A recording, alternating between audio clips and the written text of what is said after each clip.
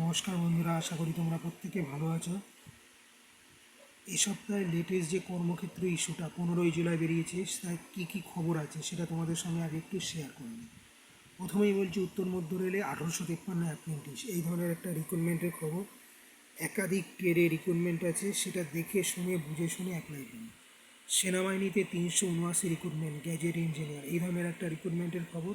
যারা diploma engineering করেছো তারা মূলত অ্যাপ্লাই করতেই পারো। পাশাপাশি অন্যদের জন্যও কিছু সুযোগ রয়েছে। কটন কর্পোরেশনে 146 চাকরি এই ধরনের একটা রিক্রুটমেন্টের খবরও বেরিয়েছে। ডিটেলস দেখে নিয়ে অ্যাপ্লাই করবে। প্রতিরক্ষা দপ্তরে 1180 রিক্রুটমেন্টের একটা খবরের বেরিয়েছে।